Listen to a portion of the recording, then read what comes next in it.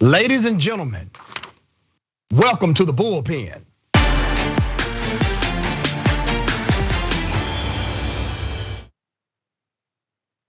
In the Bullpen today, we have Mr. Jason Reed, UK lead for Young Voices.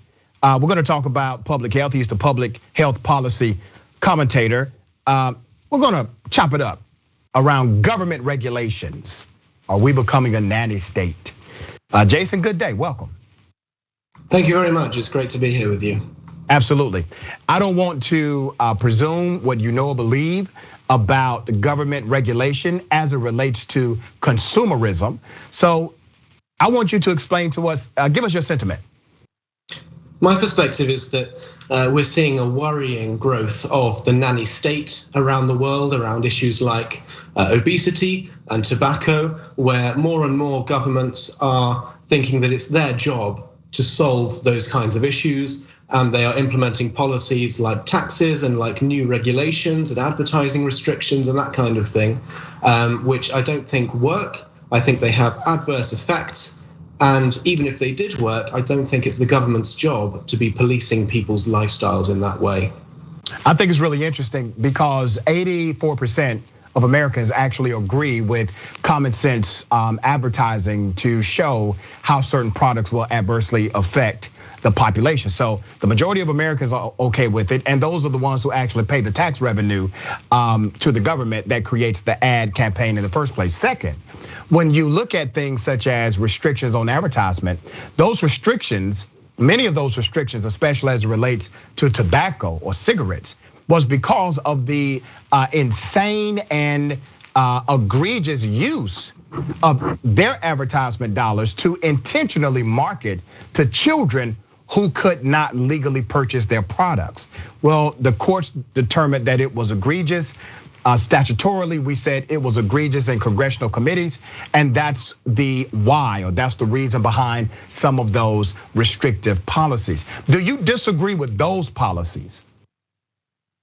I think that there are certain restrictions which do make sense. For example, it should not be legal to sell cigarettes to children or to advertise cigarettes to children. But I think what we're seeing is mission creep, where it's one thing we can agree, for example, that you shouldn't be advertising cigarettes to children, but then it seems to be a very small step for the public health lobby to then say, okay, now we're also going to crack down on the advertising of unhealthy foods to children. It's a very slippery slope. And those kinds of policies, they simply don't work. There was a good example recently in my home country in the UK, where the government is introducing a junk food advertising ban, effectively banning the adverts for what it deems to be unhealthy foods online. And the government's own research into its policy estimates that it will remove on average about 1.7 calories from children's diets per day. In other words, almost nothing at all. And that's because this kind of policy simply doesn't work. You can't centralize people's lifestyle decisions in one place, which is what the government's trying to do. And even on an issue like smoking, there are other things that the government should be doing rather than trying to crack down on people smoking, such as educating them about ways that they can quit smoking. If you look at the polling numbers among smokers who want to quit, the number of them who are even aware that something like electronic cigarettes can be used and are healthier, much healthier than traditional smoking, those numbers are very, very low because we see so much misinformation, both from national governments and from the World Health Organization about something like vaping, that people don't even know that it's healthier than smoking. What we should be doing, if what we want to do is help people quit smoking who want to quit, which I think we can agree is a worthwhile aim, we should be giving them the education, the information, the resources that they need, rather than restricting people's civil liberties. Jason, I must point out that you have extreme hypocrisy in your point of view, and let me highlight it to you, okay? You are in favor of the government utilizing taxpayer dollars in order to help individuals stop smoking, but you're not for those taxpayer dollars to decrease the number of smokers you have in the first place. So according to your logic, you are okay with the revenue design of the American taxation system to go toward telling people how to stop or quit smoking, but you're not okay with them utilizing that same taxation in order to tell people the harmful impact that smoking can bring. That's number one. Number two, when you say that these programs or advertisement campaigns are not effective, that is untrue. The National Youth Tobacco Survey, you can look it up. They show a 1.73 million to 2.2 million decrease in youth smoking after these ads started running about the truth of cigarette addiction and how it impacts your health adversely. So factually, you are incorrect that these campaigns have no impact. Ask the 2 million young people who have not engaged in smoking based on this advertisement campaign compared to when we did not have the advertisement campaign in the first place. So I don't understand how your logic is working here, brother. I don't get it, because you're okay with spending money to tell people how to quit smoking, but you're not okay with telling people in the beginning of that, before they start smoking, here's the harmful impact it can bring to you. Well, to address your first point, I don't have any issue at all with the government giving people information, giving them resources, giving them education. And so if all the government is doing, and this addresses your second point as well, in fact, if all the government is doing is giving people more information about, for example, the dangers of smoking, I think that's great. Okay. What I don't like is when they then crack down on the other side of the equation, and they say, for example, let's also crack down on vaping, which actually helps a lot of people quit smoking, or we're going to crack down on food companies. When you say crack down, explain that. When you say crack down on vaping, explain what that means. Unpack that for us. I think it's the view of the public health lobby around the world, with the World Health Organization behind it, that vaping and electronic cigarettes need to be eradicated, that they are a stain on society, and they say as much themselves. This isn't a conspiracy theory.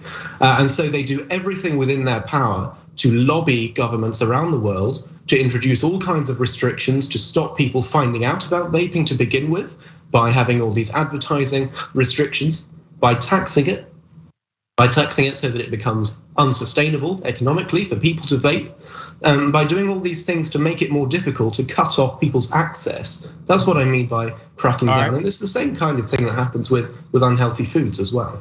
Well, once again, you're back to the premise of the cigarette and tobacco debate, because the issue that public health advocates have in relationship to electronic cigarettes or e-cigarettes is the fact that they were able to advertise to a youth-friendly audience or a youth audience. And they're saying, no, you can't make the same mistake with e-cigarettes that you made with the traditional cigarette. So that's one.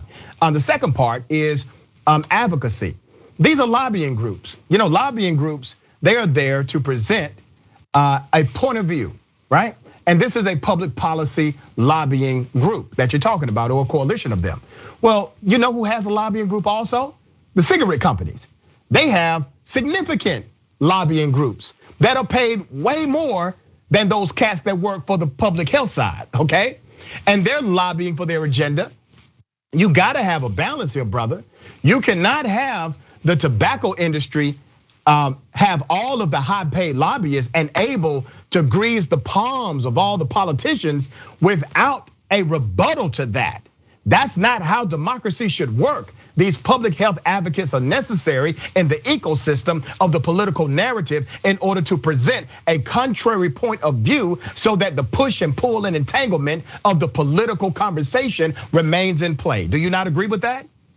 I think there is indeed an imbalance in this discourse, but I think it's the exact opposite of the way you describe it. The people with all the power are the regulators, because they aren't held accountable for their actions. They can pass these laws which, for example, increase tobacco taxes, advertising restrictions, and we can't really do anything about it. When the World Health Organization prints all this blatant misinformation about vaping, there's nothing we can do. We can't vote them out. There will always be a constituent of people within the population who do things that are unhealthy, that the government or any kind of centralized government agency, whether that's the World Health Organization or a national agency, thinks it shouldn't be doing. People lead different lifestyles. Some people make unhealthy choices. Some people, for instance, don't want to quit smoking, even when they know how unhealthy it is. I don't think it's the business of any regulator to then be interfering in their lives and saying, no, we disapprove of your lifestyle, so we are now going to close in on it, crack down on it, in order to force you to stop, whether that's through higher and higher taxes or more and more restrictions on the sales of cigarettes. If you take the case study of Australia, Australia is like many countries around the world. It saw an organic decrease in smoking as more and more people turn away from smoking. And then the government came in and introduced all kinds of new nanny state rules with some of the highest tobacco taxes in the world and some of the harshest sales restrictions and advertising restrictions in the world. And that decrease that they were seeing in the number of smokers, it plateaued, it stalled, because these kinds of regulations just don't work. There are countless examples of the government stepping in to do something that it thinks is good for public health and people finding a way around it. To take another example from the UK, which is something that also has been proposed by countless US politicians and around the world as well, we have a tax in this country on sugary drinks, on sodas, which has been in place for a few years, so we have some data on it. And the impact on sugar consumption has been very, very small indeed. The reason for that is that when people are confronted with the fact that their sugary drink of choice costs more than it did last week, they do one of three things. Either they just fork out and pay the extra money, or they switch to other high calorie, high sugar alternatives like fruit juices, or they switch to own brand alternatives, which are just as sugary but are cheaper, so they offset the price differences. People will always find a way around these rules because people want to live their lives the way they want to, so the rules don't work. Yeah, it's really interesting, man, because you keep saying the rules don't work, and this is a fascinating conversation because I am a live and let live kind of guy. Now, as far as taxes on certain products, well, that's normative in government society, and let's be very clear, Republicans and Democrats do this, okay? This is not a left and right argument as far as one does it, the other one does not. Both of them do it. And when you aggregate the amount of revenue states generate that do have what we call a sin tax, that's kind of the terminology, they have an increased revenue of about 3.8%. That's not a drop in the bucket. That's significant money when you look at it holistically, right? Let me go back to Australia, all right? Because Australia, one, they don't keep this data ongoing. So the best data we have is this. Australia, they had a adult smoking rate of 12.8%. Well, that was taken back in 2016. It's dropped to about 11.6%. All right, so it's barely a 1% drop. So you don't have some kind of significant drop in their ratio. My issue with this conversation is this, brother, and I get where you're coming from, right? More taxation, more laws, more regulation, but you got to look at it. 100% of the issue with advertisement is advertisement that caters to young children. That's the issue with the advertisement. You and I should agree, you cannot create an advertisement platform that intentionally seeks to hook individuals on these particular substances such as tobacco who cannot even purchase them legally, or even alcohol, who cannot purchase them legally. Do we at least agree on that premise? That's a common sense policy restriction, right? That's good regulation. We can agree in theory, of course, but I think it's very, very hard to implement something like that. For example, you see a lot of people getting very upset about vaping companies using flavors like gummy bears, which they allege are targeted at children. I'm not a child and I love gummy bears. I find that a very attractive advert. Indeed, it's very hard to draw that line between what's for children and what's for adults. And so we can agree in principle, of course, that we shouldn't be encouraging children to smoke, and anything that does is bad. But it's not that simple when it comes to policy. And what we're seeing over and over again is the regulators erring on the side of more intervention, of more policing of people's lifestyles, and that more often than not affects adults in an adverse way as well. Well, it's called public policy. That's what it's called. So let me ask you about some other public policy that we all engage in on a regular basis. Do you agree with wearing clothes? Of course. You weren't born with them. But it's my choice. If I wanted to join a nudist colony, I don't think it would be the government's business to stop me from doing it. Well, I'm glad you said that, because it is your choice if you decided to join an area where that was an option without criminal prosecution, which also says there are areas that have no sin tax. There are areas that do not charge an additional taxation for a pack of cigarettes. As a matter of fact, there are some jurisdictions who will not allow the sale of those particular items if that additional tax is affixed based on their policy platform. So you can move to one of those states, you can move to one of those cities, right? There is always going to be a trade-off between liberty and public health, but I think that something like a lifestyle choice, like what you smoke or what you eat, is so fundamental that you shouldn't have to move out of an area. Well, you don't just think to wearing escape clothes is a lifestyle choice? Of course, but this is something where we're seeing more, as I said at the start of this debate, we're seeing an exponential increase in the amount of intervention in this area, and it just won't stop. If we continue to allow the government to police our lifestyles in this way, I don't know where it ends. We're going to end up in some dystopian future where we're all miserable and eating gray sludge. Oh, come on, man. Oh, man, you're being melodramatic, brother. You know what you're really talking about? You're talking about 8 pennies.